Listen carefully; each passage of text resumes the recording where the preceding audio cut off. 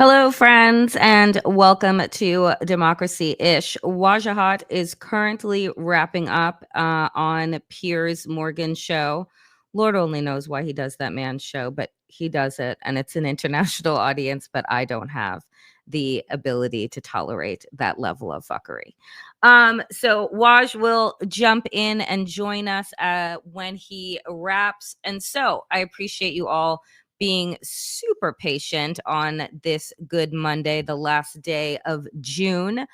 So as it turns out, we already know what the deal is, which is that this big, ugly, disgusting bill that Republicans in the Senate are shoving through and shoving down the throats of American citizens is probably one of the most unpopular bills ever.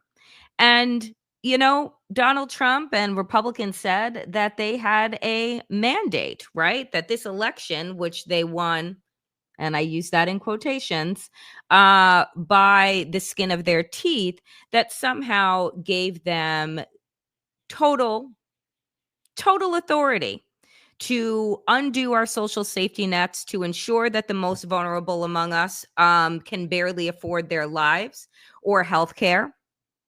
Look at this number. Like, you can't deny this when Fox is posting it. Fox, which we know is state TV for the Republican Party. Gavin Newsom, nothing like working on behalf of the American people. 59% of those polled oppose this bill. 38% are in favor. But is that going to stop Republicans from doing their absolute worst? That is going to add trillions of debt to our already inflated debt that Donald Trump did the first time around when he had a hit job on our livelihood. How much did he add, folks, in his first term? I think it was somewhere in the neighborhood of $7 trillion with that tax break to the ultra wealthy. So here it is. Like we say, you know that we're in hell when every once in a while you're agreeing with some of the most vile people in the country. And here is Elon Musk. The latest Senate draft bill will destroy millions of jobs in America and cause immense strategic harm to our country. Utterly insane and destructive.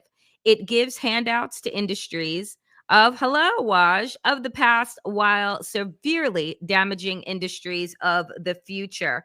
Hello, my friend. How are you? I'm doing well. I just had to debate three genocidal pro-Israel warhawks, and it was the easiest debate ever because I just kept quiet and let them speak.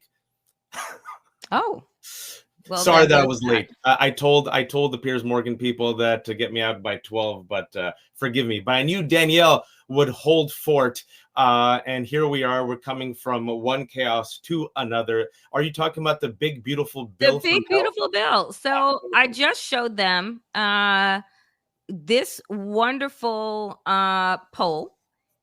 I don't know the last time that 59% of Americans opposed something was. 59% of Americans got on board.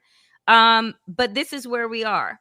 And then I went into the fact that Elon, like, that we're in hell when we're agreeing with Elon Musk and Marjorie Taylor Greene. So I just, I guess here's my thing. The fact that Republicans know how unpopular this is, the fact that it is literally going to destroy lives, and we're going to go through all of those points. I'm guessing, and I need to know what you think. I believe that they know we're not going to have midterm elections, so they don't actually give a shit. That they're not concerned with the fact that a majority of Americans are against this in their bill because they're not going to be voted out. What are your thoughts? I think they're beholden to an authoritarian leader who doesn't give an F about anything except himself, his power, his real estate holdings, and his money. And I think they realize whatever the king says goes, which is why Senator Tillis, we're going to talk about that, I'm sure, once he went against this, because even he realizes, oh my God, the cuts to Medicaid are going to kill my peoples, right? What happened? Donald Trump said, I want to get rid of you. I'm going to primary you. And so Tillis and others have bent the knee and have gone out. That's what happened to Liz Cheney. Liz Cheney used to be the number three leading Republican, Danielle. Where is she? Gone. Kinzinger, gone, right? So they realize this is the monster that we've created, and whatever the monster says goes. And I agree with you. Well, like what you and I have been saying is that this is not a party that is beholden to the rule of law. If you think we're being crazy, folks, I give you January 6th, the violent insurrection, right, by Donald Trump. I give you now that 80% of Republican voters believe the big lie that Trump won the election that he lost. I give you the fact that he pardoned the violent insurrectionists, all 1,600 of them. I gave you the fact that he's been flirting with running again, and now that there's merchandise. I gave you the fact that he actually quoted Hitler and said, I'm going to unleash the National Guard and the military against the, quote, enemy from within. And what is he doing right now, Danielle, in LA, right? So what I've said, and I hope I'm wrong, Danielle, is if push comes to shove and they're screwed, what he's going to say is, you know what? I got to save America from the Antifa and the Venezuelans and the Mexicans and the Muslims. I'm going to declare martial law. And before I declare martial law, I'm going to get mine. And all these Republicans, the reason why they're going to go for the big, beautiful bill from hell is Lindsey Graham said something in the first administration. We try to bring receipts here. Waj, your volume on your microphone needs to go. No. It needs to come up. It's low. Can you all hear me now? Everyone is saying they can't hear you. Can you hear me now? Yeah. All right. Sorry. Something's funky with my my microphone. Can you hear me? Hello? Yeah, I can hear you. Bueller. All right. Lindsey Graham in the first administration, if you recall, when they were passing the first completely unpopular tax cut that added what, $3 trillion to the debt. Remember what he said? Our donors have said, you better pass this or else you don't have to come back to us, which means the billionaires have told Republicans, if you want money, you better come to us and pass this. They're gonna get this done, Danielle, no matter what, because they're beholden to the oligarchy and they don't care. And Danielle, the fact that it's 60% now and the fact that Americans don't even talk about it, imagine once they start feeling the cuts. Which I think it's going to be, I think that they're going to feel the cuts instantly. So like you said, Rand Paul, Tom Tillis vote no. And Tom Tillis, right? I'm going to play the video, has announced, guess what?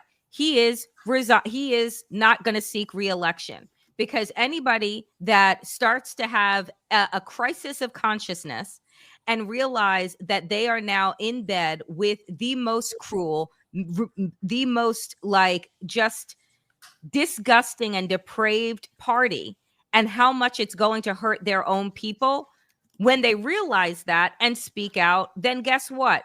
They know that they are out of the party. So Tom Tillis took himself out of the game. Between the state-directed payments and the cuts scheduled in this bill, there's a reduction of state-directed payments. And then there's the reduction of the provider tax. They can't find a hole in my estimate. So what they told me is that, yeah, it's rough, but North Carolina's used the system. They're going to have to make it work. All right. So what do I tell 663,000 people in 2 years or 3 years when President Trump breaks his promise by pushing them off of Medicaid because the funding's not there anymore, guys? When the White House, senators advising the president are not telling him that the effect of this bill is to break a promise. And you know, the last time I saw a promise broken around health care, with respect to my friends on the other side of the aisle, it's when somebody said, if you like your health care, you can keep it. If you like your doctor, you can keep it. We found out that wasn't true. That made me the second Republican Speaker of the House since the Civil War, ladies and gentlemen, because we betrayed the promise to the American people. 2 years later, 3 years later, it actually made me a U.S. Senator, because in 2010, it had just been proposed. And just anticipation of what was going to happen was enough to have a sea change election that swept Republicans into the majority for the second time in 100 years. Now, Republicans are about to make a mistake on health care and betraying a promise. It is inescapable that this bill in its current form will betray the very promise that Donald J. Trump made in the Oval Office or in the cabinet room when I was there with finance, where he said we can go after waste, fraud, and abuse on any programs. Now, so it turns out that the waste, fraud, and abuse is actually the mantra of the Republican Party, and that every single thing that they are doing, from slashing Medicaid, which is going to kick 12 million people or more off of their health insurance, slashing food for low-income children, also that they can provide the biggest theft of wealth from the poor and middle class in order to give to the greedy 1%. Biggest wealth transfer in U.S. history, Danielle. And why? And I don't call it a wealth transfer. It is theft. It is theft, right? It is theft. So when you look at this, right? Look at Lisa Murkowski. And for those fucking people that still thought that this sorry sack of shit, which is what she is, would ever do anything other than clutch her goddamn pearls when it comes to passing legislation that she knows is going to cause harm. Look at what Lisa Murkowski did from Alaska. Didn't like the new cuts to federal programs. So Republicans just said, okay, we'll exempt Alaska from the cuts. And so she voted for cuts for everyone else. It is, I mean, I cannot get over. And this is why I say, Waj, you know what? The other day you said that you had come to the place where I have long since been, where I say, you know what? Burn this shit down. Because at the end of the day, these senators do not represent the United States of America. They represent their own fiefdoms. That's right. Because for Lisa Murkowski to now have a provision that is individuals in non-contiguous state to be exempt from enforcing new work requirements imposed on SNAP, because she lives in a state with 5 people, but everybody else, 9 people. With the seals, 12. Everyone else, she voted to ensure that there would be suffering for. So I say, you know what? Since we don't operate like the United States of America, let the blue states back the fuck out of the federal government. Let them start to now ensure and encapsulate their own resources, protect their own constituents, and stop paying federal taxes. Like, this is what this is going to come to. And I don't think that people really understand it. And also, you know what? Facts matter. Guess who gives more money to the federal government that then is doled out to the red states?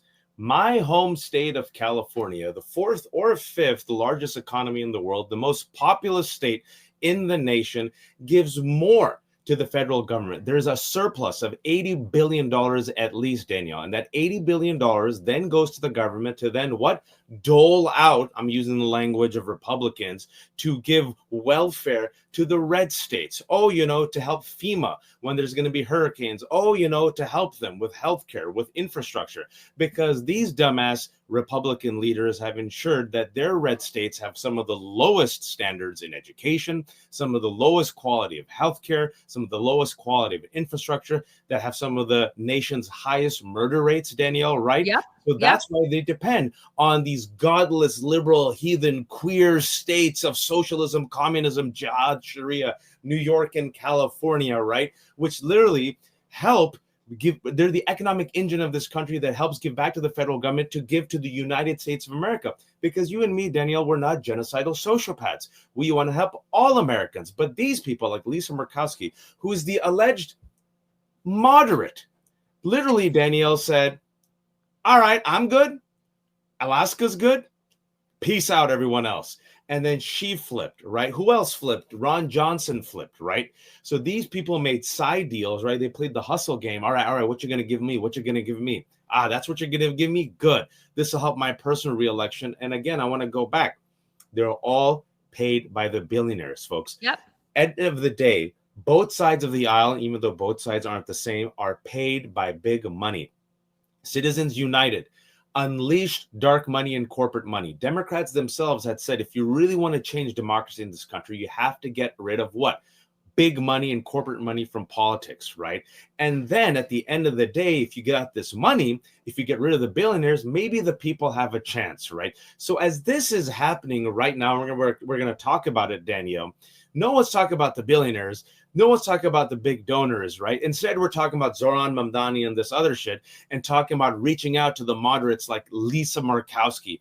And this is what a moderate Republican gives you. A moderate Republican right now is the same as an extremist Republican when it comes to supporting the oligarchy and screwing the rest of us. You'll have thoughts and concerns about Susan Collins, but then she'll come. What does she do?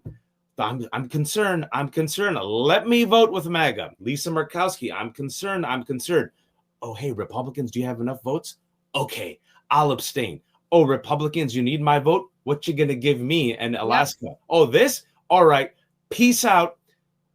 This is another stat. We talked about the $900 billion cuts to Medicaid.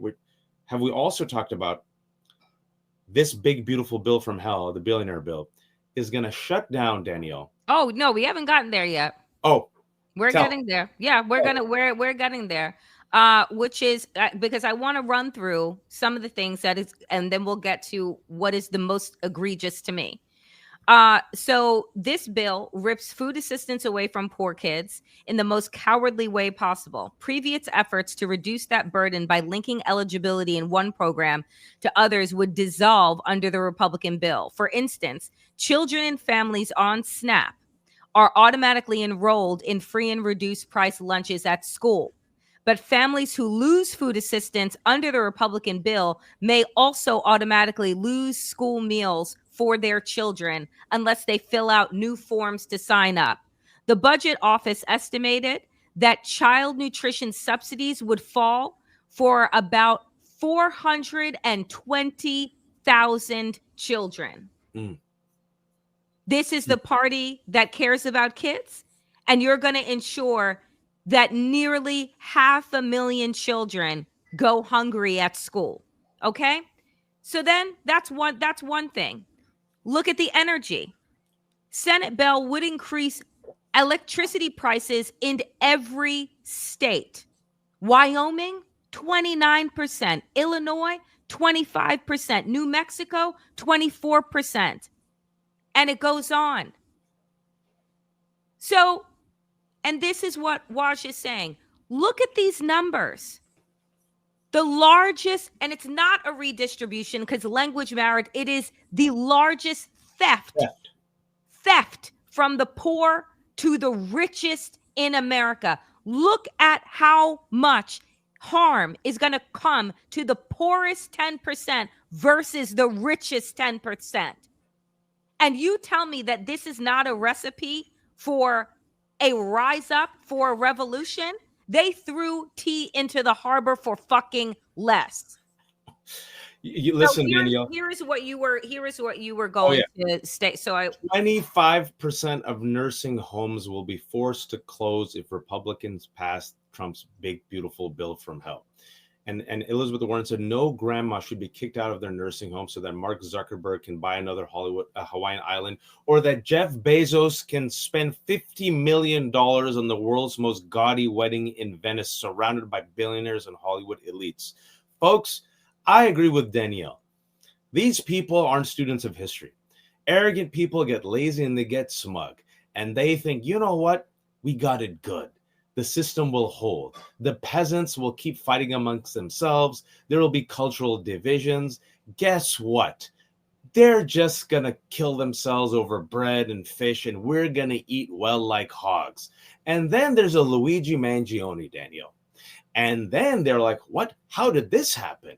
Wait, why do a majority of Americans support Luigi Mangione, right? Why are all these people coming out for democratic socialism? Why do all these people hate us? Danielle, throughout the history of time, eventually there is a breaking point, Danielle. Yep. There is a breaking point.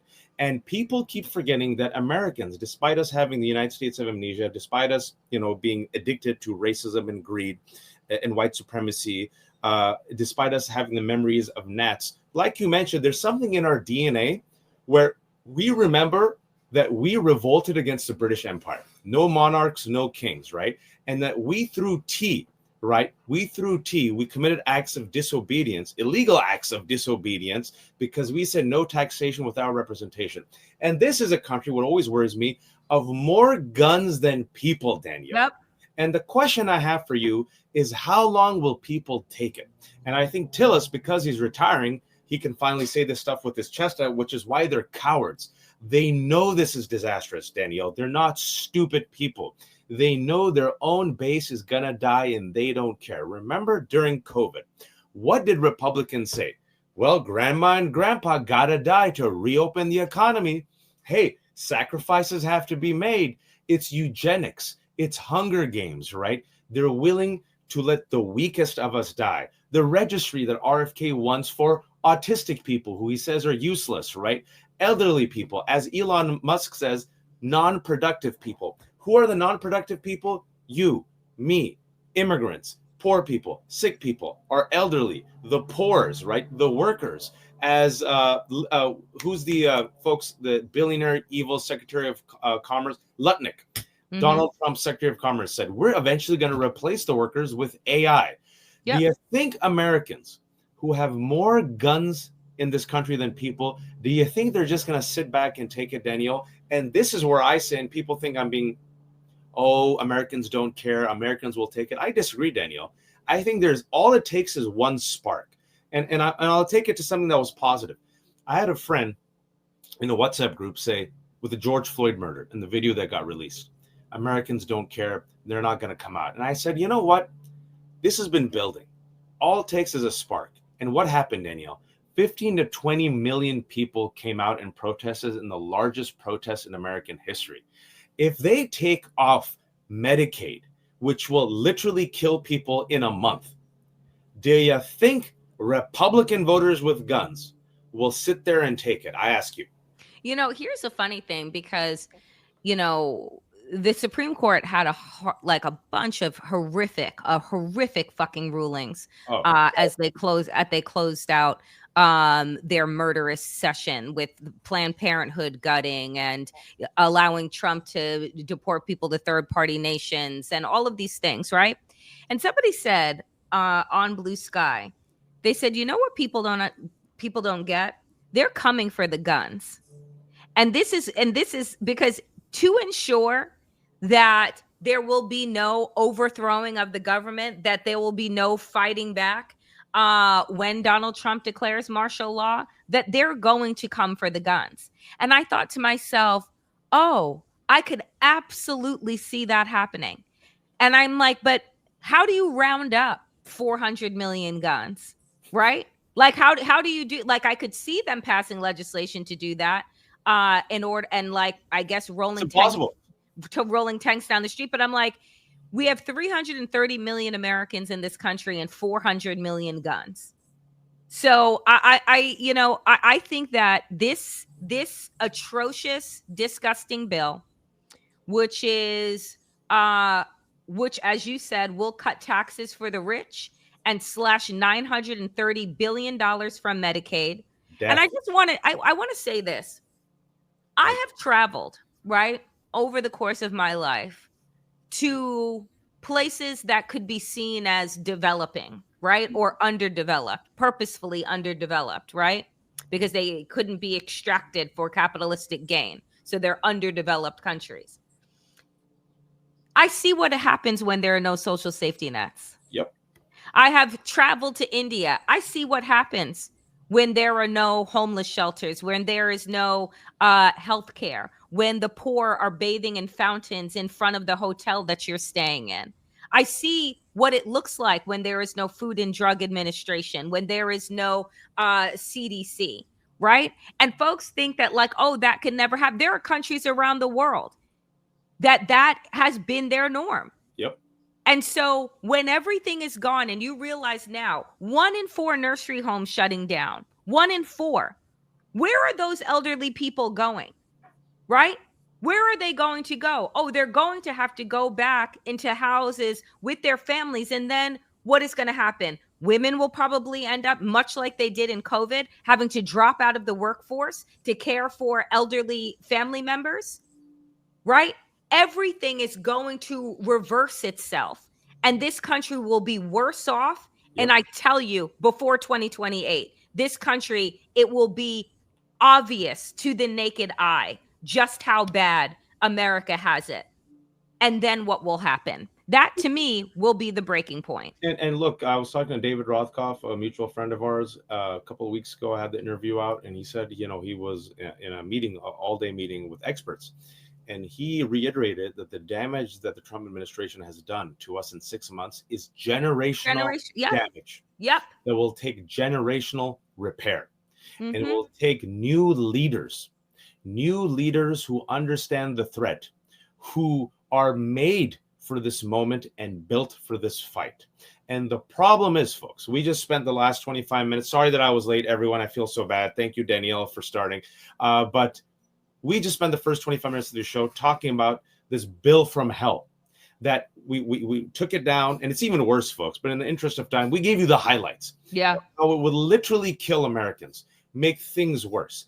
And I don't know, Danielle, if I was, say, an oppositional leader, and I had this bill from hell that, like you said, 60% of Americans, including Republicans, dislike, because Medicaid and Social Security are some of the most popular social programs in America.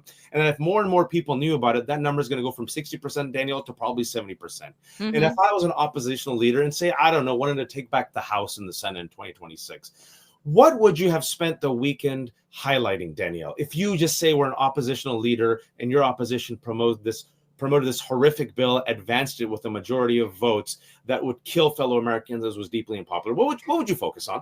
Well, I think that the most important thing would be to focus on Zoran Mamdani's win and to smear him with Islamophobic posts and interviews that are not coming from the opposition party, but are coming from the establishment Democratic Party. And this is why I say, fuck that party entirely.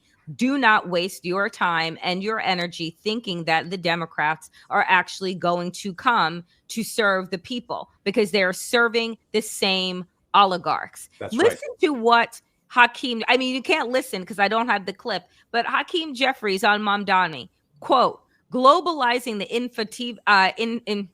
intifada by way of example is not an acceptable phrasing. He's going to have to clarify his position on that as he moves forward. How about you clarify your position on fucking genocide? That's right. How about that doesn't have anything to do with the people of New York City? Or how about it doesn't? Or how about this? Folks, I hate to be proven right. I've been telling you for a year and a half, Hakeem Jeffries isn't the dude. I've been saying it on Democracy-ish. I said he's too beholden to corporate money. He's too beholden to oligarchy. He's too beholden to AIPAC. He's not built for this fight. He's not made for this moment. And he revealed himself. That's a Democratic leader. Can you go back to that quote real quick? Because I think it's very important for us to give people. Zoran Mamdani has never said globalize the intifada. Nope. He has never called for the intifada. And you have Democrats who spent the entire weekend bringing down their popular, charismatic candidate for mayor by equating a quote to him that he has never said, to smear him on behalf of AIPAC. Danielle, I rarely get upset. I was so pissed off yesterday. The double standards, the Islamophobia, the fact that this shit's happening in 2025 that I've had to deal with since 24 years. Black people have had to deal with racism their whole life, right? The fact that it's been liberals, and I've been saying there for a while, liberal leaders who've jumped on to Islamophobia and anti-Palestinian bigotry, right? That's the last refuge. And with the big, beautiful bill from hell, you have a talking point.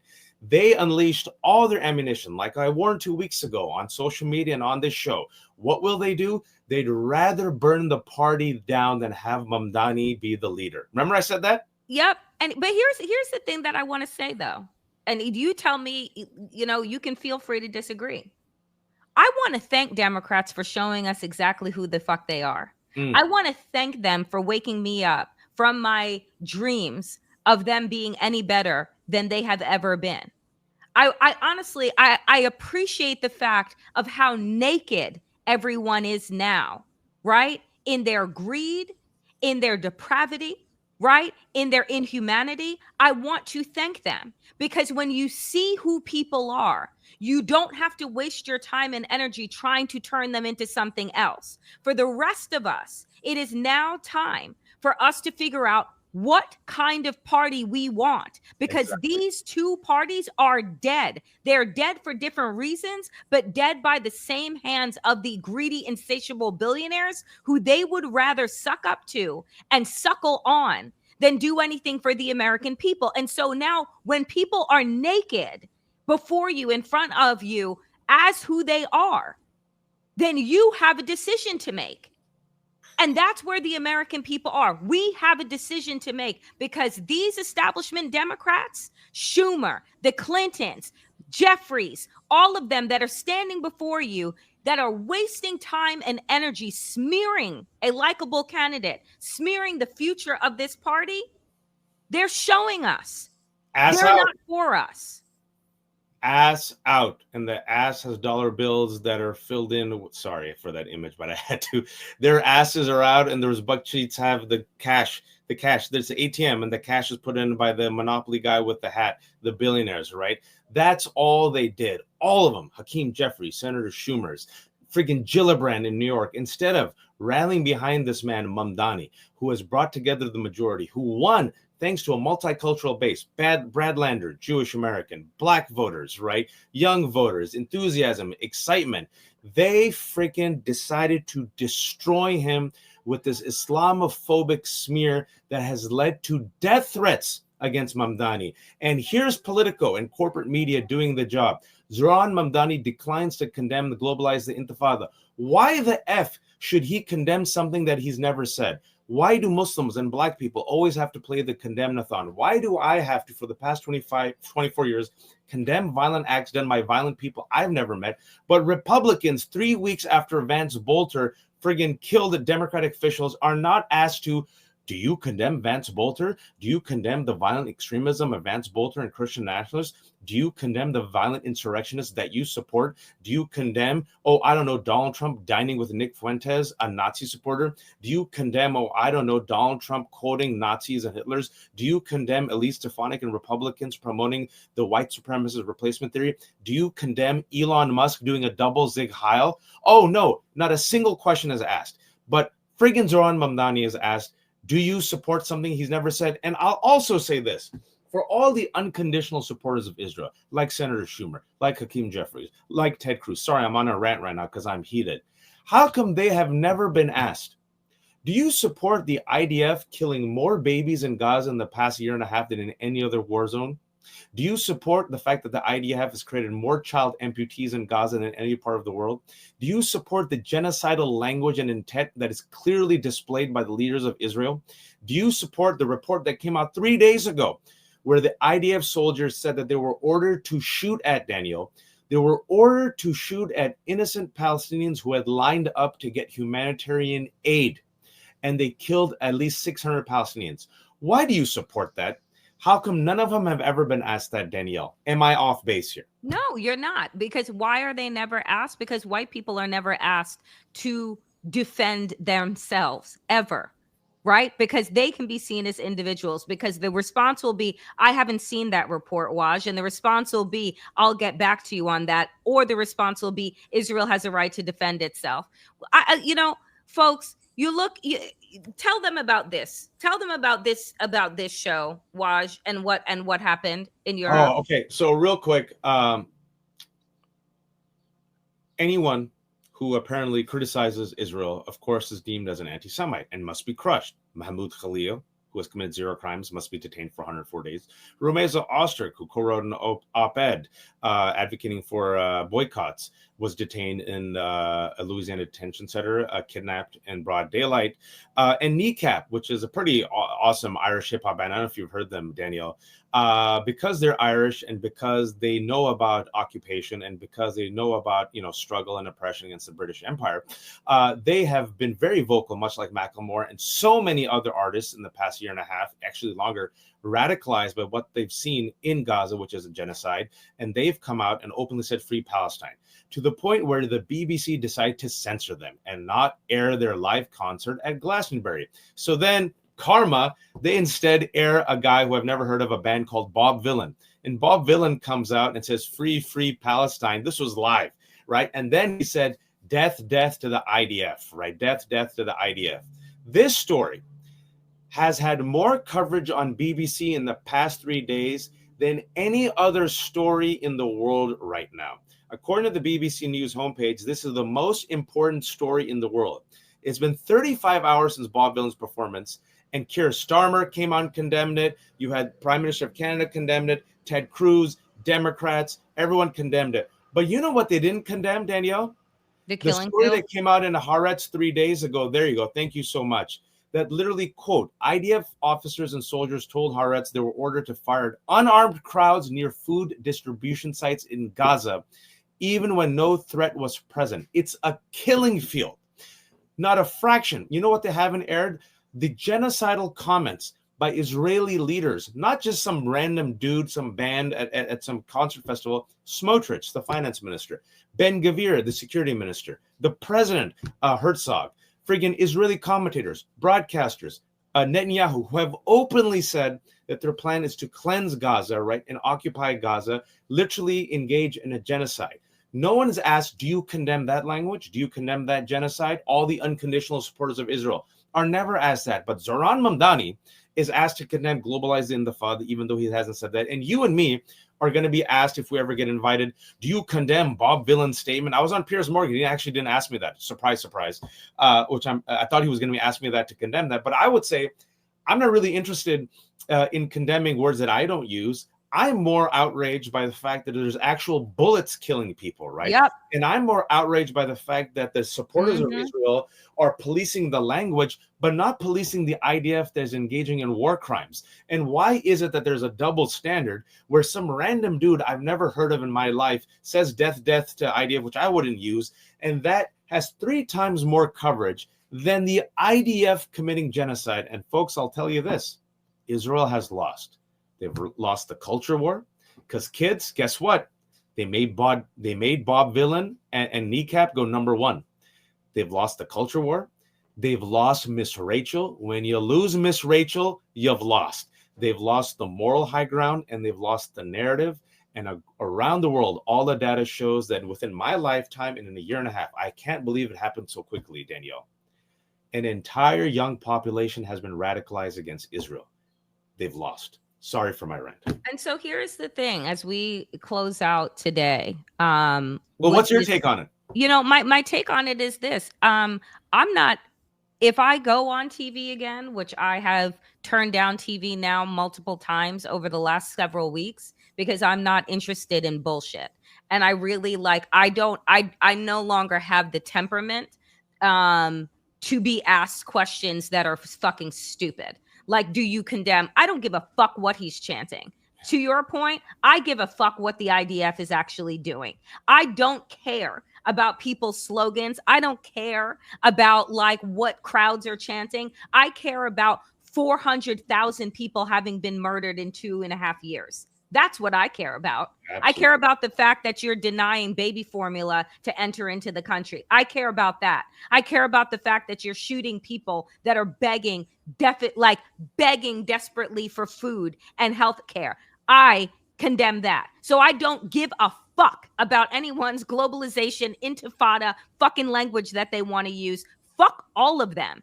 And because here's the thing, in a very short amount of time, they have radicalized, to use your language, radicalized young people, but opened up the eyes of too many people who had believed, right, that there was this connection between Zionism and Judaism, and believed that Israel had the right to do whatever, whenever, and however in order to secure its safety. And I'm telling you that if the only way you can be safe is by decimating or suffocating or eliminating and eradicating another people, you will never be fucking safe. That's not what safety looks like. So, you know, here's Danielle, can I, if I may, because I brought some receipts for Piers. These are actual quotes, not by some Israeli hip hop stars at a festival. Let me just read a few quotes. I know you have to leave and I have to leave. This is the finance minister, Smotrich. Quote, "We are conquering, cleansing, and remaining in Gaza until Hamas is destroyed." The prime minister heard that, Netanyahu, and said, "Smotrich is speaking the truth." Smotrich, "We're finally going to occupy the Gaza Strip. We will stop being afraid of the word occupation." Quote, "There are no innocent civilians in Gaza." That's the president of Israel. Quote, there's one common goal after October 7th, erasing the Gaza Strip from the face of the earth. That's Israeli Parliament Deputy Speaker. Quote, every trace of the murderous mutations in Gaza must be erased, from the delivery rooms to the last elderly person in Gaza. That's a lawyer and television host who tweeted that in February. And finally, speaking about rappers, you know what went to #1 in Israel? A song that called for the killing of Dua Lipa and model Bella Hadid. Why? Because they said free Palestine. So as Danielle says, miss me with the bullshit. And young people around the world, folks, they're radicalized. You might not agree with their chants. They don't care. They're against genocide. They're against occupation. They're against the oligarchy. They're against oppression, whether it's in Palestine, whether it's in America, whether it's in China against the Uyghurs, whether it's in Sudan, whether it's in Myanmar, whether it's in Ukraine.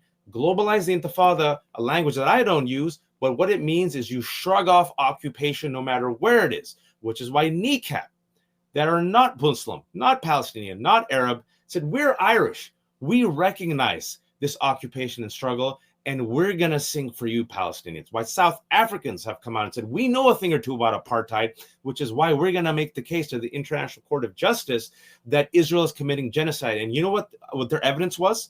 They simply quoted Israeli leaders and their language. So speaking about words, let's talk about those words. And I want Schumer and Hakeem Jeffries, the unconditional supporters of Israel, to be asked if they condemn those words and those actions by Israel. Sorry for my rant. I'm done. I will tell you this. Establishment Democrats are on their way out. And I just want to close with this today. When Mandami's win is a political earthquake that should have the Democratic establishment nationally running scared. It comes as 62% of Dems are fed up with their party leaders and want them replaced. Also, a lot more Democrats are liberal, 55%, than once were 25% in 1994. What we have to understand in this moment, friends, is that time is up. And things in this country, I will continue to say, will get bloodier before they get better, but time is up. The actions of Republicans and the actions of Democrats show you that they are running scared, show you that they are trying to fire hose the gaslight, show you that they are trying to use fear and all of these things. And you know what? The people are looking around and saying, you know what? This shit seems familiar. This feels like this has happened before. This feels like you've used this rope-a-dope before. And you know what? I'm not going to fall for it this time. You know what? It's not the immigrants you're kidnapping from the street. You know what? It isn't the Haitians. It isn't the gay people. It isn't the trans people. It's the fucking oligarchs. It's the greed. It's the racism. And that is what is stopping this country from being great. And so until it decides to live up to its ideals, it is going to be the people that need to rise up to hold this country's feet to the fucking fire or burn the shit down. That is what I say today as we close out Democracy-ish, because I couldn't have named the show better. I could not have named it better, because every week that we come on here, we have lost more and more rights. In the last 5 months, folks, we have lost more rights than in the last 5 decades. And people need to wake the fuck up and understand that, right? That it isn't going to be one march in one day. It is going to be a national strike. It is going to be consistency. Everyone is going to need to lose something in order for us all to gain something back, which is justice and equity for all people, not just a select few, not just the carve-outs for the Murkowskis, not just for the Gillibrands, not just for the Jeffries, right? For all of us. So we have to decide. America has to decide who it wants to be. But these people that are in charge, their fucking time is up. TikTok, mother effers. You ain't made for this moment. You're not built for this fight. And if you're not willing to fight, you're going to get shipped out. And then the leaders will rise, inshallah. And we are those leaders. You can't outsource this problem, because fascism comes for everyone. We want to thank you all. Thank you for being patient with me. I was supposed to be here at 12, but they kept me till 12:15. I had to listen to the most genocidal, insane member of Israel's, the Minister of Social Equality. Can't make this shit up. The Minister of Social Equality was advocating for genocide, folks. This is where we are. But I was able to make it. Danielle was able to hold forth. Thank you all for watching us, 1,700 people. We'll be back Wednesday for our midweek Substack at 3 p.m. We'll be back Friday. For all the people who are the super chatters who gave us money, $4, just saying, $2. Thank you so much. $5, Jimmy, $20. Folks, this is independent media. I want to tell you all that we do not take a single dime. This is all grassroots. Danielle and I are not stupid, but we're fools. We're terrible capitalists. We have kept everything for free on purpose, right? Because we want the entire population to be informed, because you need an informed population to take on fascists. We once read Democracy Dies in Darkness, or In a $50 Million Wedding in Venice. I digress. But we have kept everything for free. So the least you can do, I hope, if you like our content, is actually go and subscribe. Click the bell if you're watching on YouTube. Danielle is already at 25,000 subscribers. She started from nothing just a couple of months ago. We're trying to get her to 30,000. I'm at YouTube at Wajhatali. I have like 11,000 now. That'd be nice. We also have all of our content, including interviews and written content, at our Substack. Danielle's at Damn Digest, DAM Digest, also free. Please subscribe. I'm at the Left Hook Substack. It's been a year. Everything's for free. You pay what you can. If you have a few dollars, we're like Blanche Dubois. We depend on the kindness of strangers. But this is the community that we're building. Every week, more and more people are coming to Democracy-ish. This is independent media. We don't bend the knee to any billionaire, oligarch, or politician. We call everyone out, and we praise people when they deserve to be praised as well. I hope you all appreciate us. We appreciate you. Thank you all for all the money that you've given us, the small tips. I know it goes a long way. Thank you for the views. Thank you for giving us your time. You could be doing so much more. And when this is published in about a minute, please share, because this is how the elves in the YouTube algorithm work. Thank you, Danielle. Thank you, my friends. Thank you for listening to Democracy-ish. We will see you back Wednesday on Substack. Be well. And as Wash says, don't be a fascist.